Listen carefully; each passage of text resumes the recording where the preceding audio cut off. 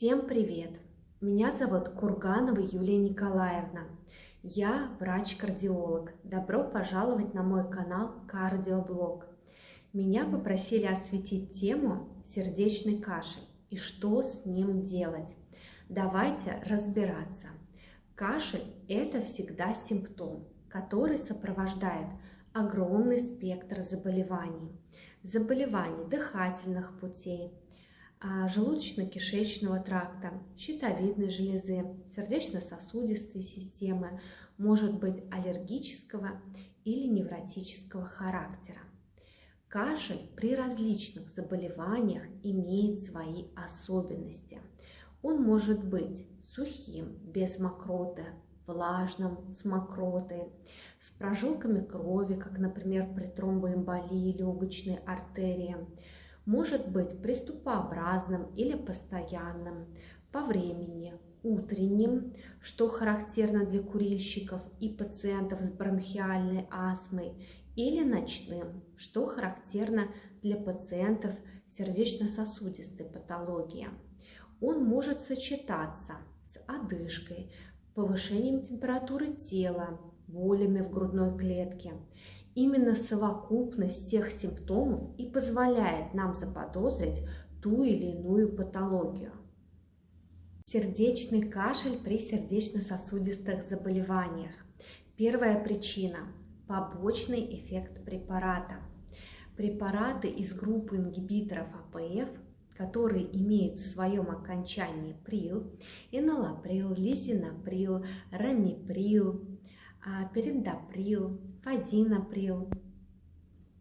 Прилы – это препараты не только для лечения гипертонии, но и препараты для лечения сердечной недостаточности, хронической болезни почек. За счет своей органопротекции увеличивают продолжительность жизни. Они очень эффективны, но не лишены побочного эффекта в виде сухого кашля. Это связано с механизмом действия препарата. За счет накопления брадикинина увеличивается сухость бронхолегочной системы, в результате чего развивается сухой кашель. Частота возникновения сухого кашля на фоне приема ингибиторов АПФ составляет 5-10%. Замена препарата на соседнюю группу полностью решает данную проблему. Препараты из групп сартанов и бета-блокаторов также вызывают сухой кашель, но в значительно меньшей степени, чем ингибиторы АПФ. Вторая причина – аритмия. При экстрасистолии пациенты ощущают перебои в работе сердца, которые сопровождаются рефлекторным сухим кашлем. Необходимо провести холтеровское мониторирование ЭКГ, по результатам которого назначают лекарственные препараты от аритмии, и, как правило, кашель исчезает. Третья причина – это стенокардия, одна из форм ишемической болезни сердца. Кашель при физической нагрузке может сигнализировать о ишемии миокарда, и, как правило, такие пациенты на ногах перенесли инфаркт миокарда, и кашель сигнализирует нам о неблагоприятной ситуации в сосудах сердца и риске развития повторного инфаркта миокарда. В данном случае пациента необходимо направить на стентирование для того, чтобы решить эту проблему. Четвертая причина – это перикардит, воспаление околосердечной сумки. Он бывает сухой, фиброзный, эксудативный. На практике пациенты чаще всего предъявляют жалобы на слабость, озноб, повышение температуры тела, боли в грудной клетке. Жалобы именно на сухой кашель предъявляют очень редко, это буквально единичный случай. Пятая причина – это классический сердечный кашель. Проявление той самой сердечной недостаточности. Сердечная недостаточность – это не самостоятельное заболевание, а осложнение какого-либо заболевания. Например, ишемической болезни сердца, кардиомиопатия, пороков сердца, миокардитов, перикардитов, эндокардитов, аритмия, гипертонической болезни, сахарного диабета, ожирения, тиреотоксикоза. Клиническая картина той самой сердечной недостаточности. Сердечный кашель при сердечной недостаточности всегда сочетается с одышкой. И сначала она проявляет себя при физической нагрузке, а затем и в покое. При сердечной одышке всегда трудно сделать вдох. Отеки. Отеки всегда идут снизу вверх. Сначала отеки появляются на ногах. По мере прогрессирования заболевания жидкость скапливается в плевральных полостях, брюшной полости, перикарде, вплоть до анасарки. Пациент прибавляет в весе ежедневно. Слабость, утомляемость. Для пациента с сердечной недостаточностью характерна быстрая утомляемость при малейшей активности. Пациент всегда бледен, для него характерна синюшность губ, потливость, увеличение частоты сердечных сокращений, тахикардия, аритмия. Положение тела ортопное – важный критерий. Пациенты с сердечной недостаточностью вынуждены спать сидя. Горизонтальное положение ухудшает состояние. Кашель и одышка усиливаются.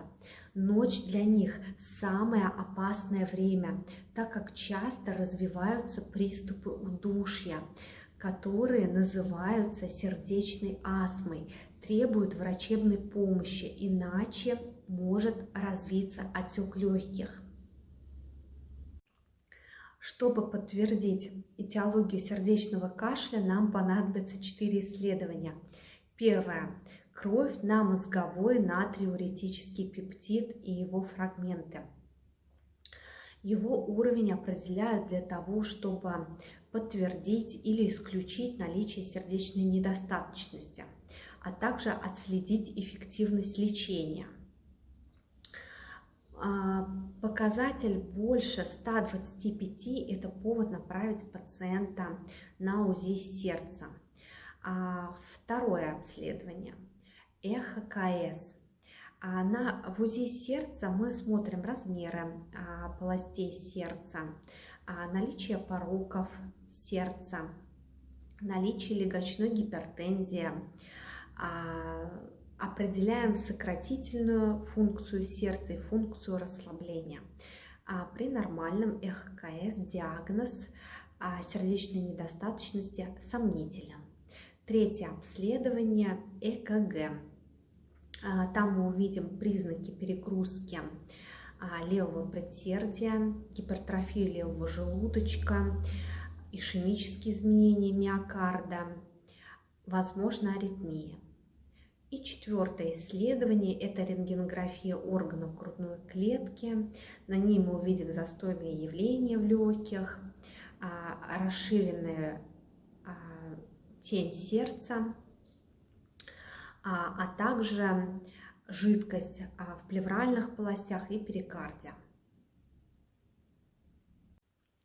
Сочетание вышеописанной клинической картины, повышение уровня мозгового натриуретического пептида и изменения на эхо-КС с высокой вероятностью нам говорит о наличии сердечной недостаточности. Итак, плавно перешли к вопросу, что же делать. 5 групп препаратов, которые можно обсудить со своим лечащим врачом на приеме, если у вас есть сердечная недостаточность со сниженной сократительной способностью сердца. Первая группа – ингибиторы АПФ или сортаны. Вторая группа – блокаторы минерал-кортикоидных рецепторов – верошпирон, эплеринон. влияют на фиброз сердца. Третья группа бета-адреноблокаторы, метопролол, бисопролол, карвидилол препятствуют развитию аритмий. Четвертая группа – это блокаторы рецепторов HDLT2. Это Фарсига или Джардинс. Их суть заключается в лечении сердечной недостаточности, почечной недостаточности и сахарного диабета второго типа. Следующая группа препаратов – это Юперио. Она превосходит первую группу по своей эффективности и состоит из двух молекул – сакубитрил и валсартан. Суть данного препарата заключается в улучшении сократительной способности сердца. Следующая группа препаратов – это петлевые диуретики, торосемид и фуросемид. Они не оказывают влияния на прогноз, но значительно улучшают симптоматику. Если препараты не помогают, далее стоит рассматривать хирургическое лечение. И в завершении этого ролика я бы хотела вам привести пример из практики. Мужчина 60 лет с диагнозом хроническая сердечная недостаточность со сниженной сократительной способностью сердца находился на квадротерапии, Юперио, бета-блокаторы, эплеринон, Фарсига. И в начале лечения показатель мозгового натриуретического пептида составлял 1577. Спустя 4,5 месяца лечения нам удалось добиться показателя 113. Данные показатели говорят об эффективности лечения. Пациенты с сердечной недостаточностью, находящиеся без лечения, через 5 лет 50% пациентов погибает. Если для вас данный видеоролик был полезным, подписывайтесь, ставьте лайки, берегите себя и своих близких.